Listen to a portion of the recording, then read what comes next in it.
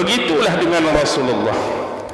Bila Rasulullah ni menceritakan kembali selepas selamat dalam perjalanan ni, apa tanggapan, apa respon daripada masyarakat pada waktu itu? Sekurang-kurangnya ada berapa? Ada 3 grup lahir. Pertama ialah kumpulan yang beriman dan kumpulan yang meyakini sepenuhnya. Dipimpin oleh siapa?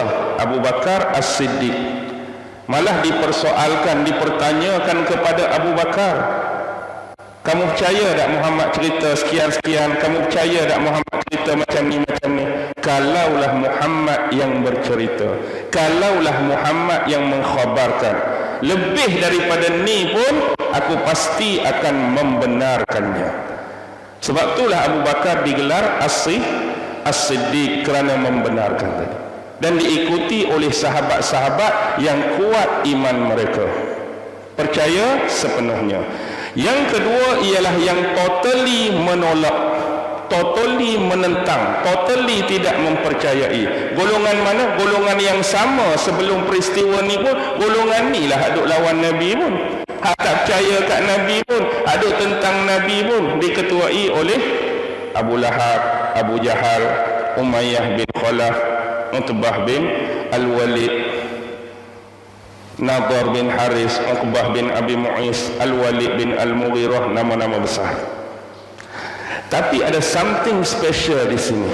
Bentuk penolakan mereka sebelum ni berbeza bila Rasulullah menceritakan kisah Isra Mi'raj ni. Kita dapat lihat daripada paparan sejarah.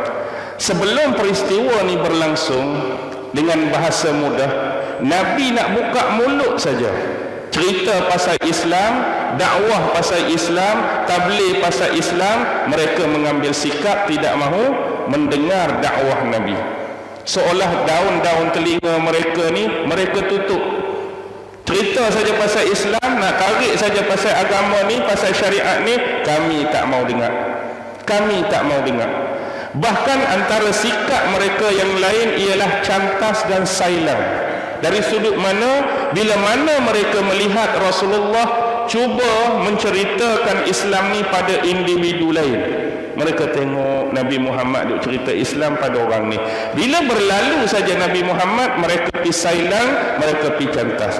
Tadi Muhammad jumpa kamu, dia cerita apa kat kamu? Oh, dia cerita Islam ni macam ni. Jangan percaya, jangan percaya, tak payah percaya. Orang macam ni tak boleh buat ni, tak payah percaya, dengar saja boleh. Dia pergi sailang. Tapi kali ini cukup berbeza. Bahkan Abu Jahal, Abu Lahab panggil orang ramai-ramai supaya pergi dengar cerita Nabi. Pelik ni. Sebelum ni dia sendiri tak mau dengar. Kalau ada orang cerita pun dia pergi cantah, dia pergi sailang. Pasal apa kali ni beria-ria sangat, seronok sangat nak suruh pergi dengar Muhammad nak cerita apa kat kita ni? Kenapa beria dan seronok sangat? Sebab ini satu advantage, peluang mereka bahawa pertuduhan yang mereka tuduh pada Nabi sebelum ni akan jadi realistik. Antara tuduhan yang mereka tuduh pada Nabi sebelum ni, penipu, pendusta, pembohong, mental tak berapa betul, akan jadi realistik bila kamu dengar ni nanti yang dia nak cerita apa. Sebab dia nak cerita tu, Mekah ke Masjidil Aqsa, naik atas langit, sebab advantage tu. Jadi nak suruh orang hak tolak kamu ni, memang padan lah kalau kita tuduh tak berapa betul, otak tak berapa ni, mental tak apa ni pun, ya dah. Nakkan benda tu. Tu kelompok yang kedua. Kelompok yang ketiga, dia duduk 50-50. Pasal apa yang jadi 50-50 ni?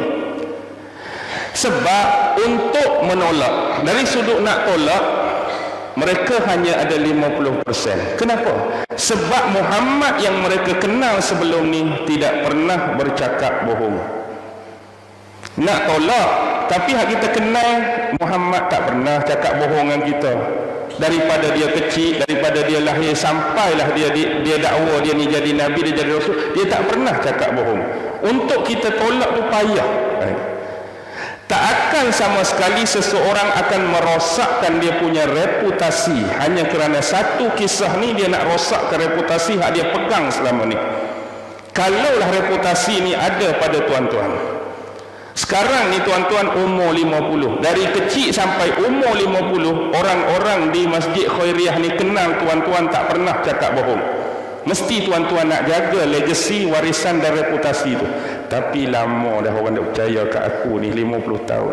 Malam ni aku nak buat cerita special sikit, tapi cerita bohong lah. Dengan cerita ni menyebabkan orang tak percaya dah. Orang tuduh kita penipu dah. Kita nak buat tak benda tu? Sekali-kali kita tak akan buat. Walaupun satu penipuan sebab nak jaga benda tu. Dan benda yang sama juga tak logik pada Nabi. Lama dah al-amin, lama dah amanah, lama dah percaya, hanya kerana cerita ni dia nak jatuhkan reputasi dia. Dari sudut kalau dia nak buat cerita bohong. No. Tapi untuk menerima pula, nak tolak 50 sebab dia tak pernah cakap bohong. Tapi nak terima cerita dia lah pula wow sangat. Wow sangat.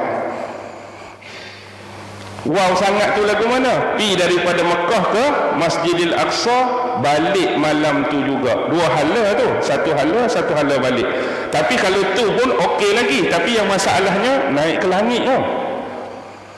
Naik ke langit dan dia turun malam tu juga dan balik semula ke Mekah. Tak sampai pun waktu subuh. Itulah wow sangat ni. Walaupun dia tak bohong tapi nak terima pun payah juga ni. Itu yang jadi 50-50. Bahkan lebih jauh keluarnya kelompok yang iman tak berapa kuat. Sehingga mereka ni jadi murtad. Tuan-tuan, ini antara fitnah peristiwa Isra' dan Mi'raj yang berlaku dalam sejarah. Sebahagian daripada umat Islam dah pada masa tu, tapi kerana iman mereka tak kuat, masih lagi nipis dan goyah, akhirnya mereka ni murtad. Dan kalau kita perhatikan, tiga golongan ni bukan settle pada zaman Nabi, tapi dia bawa lagi benda yang sama sampai zaman kita.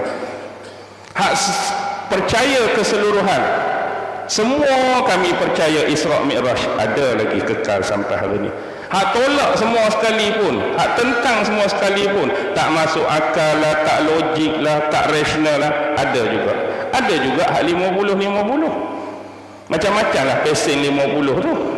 Hak jenis kalau setakat Isra' atas bumi saja kami boleh terima lagi. Tapi kalau Mi'raj tak boleh lah. Ada pula jenis lagu tu.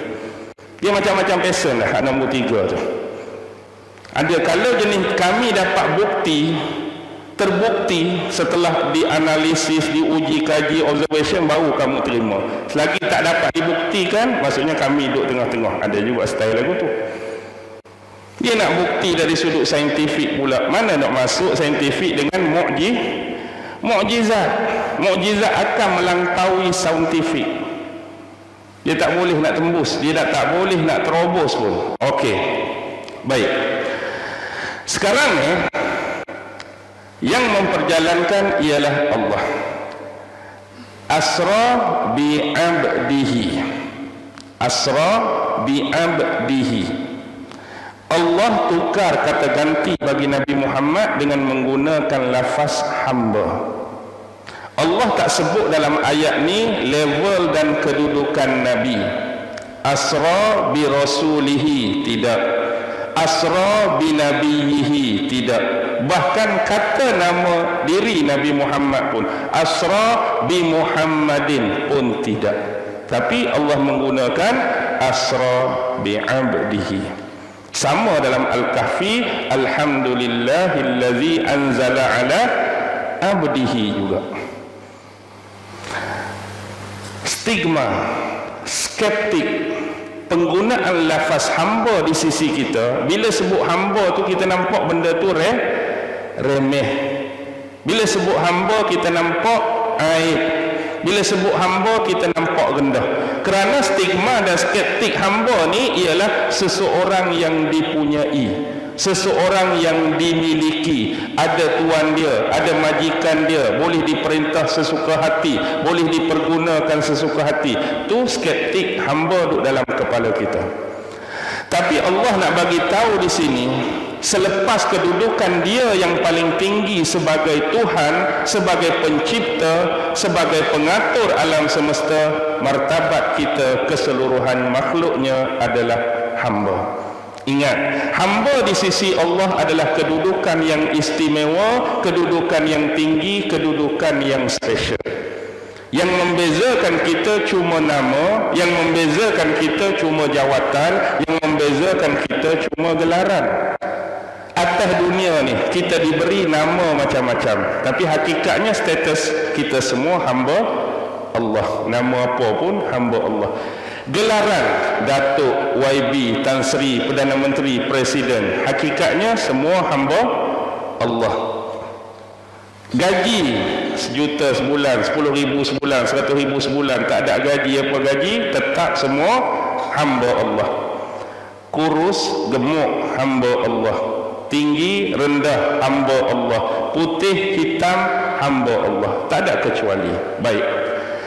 Kenapa ditekankan penggunaan kalimah hamba? Kerana untuk mencapai taraf kehambaan yang hakiki, iaitu yang benar-benar memperhambakan diri kepada Allah, adalah tugas yang amat sukar dan sulit.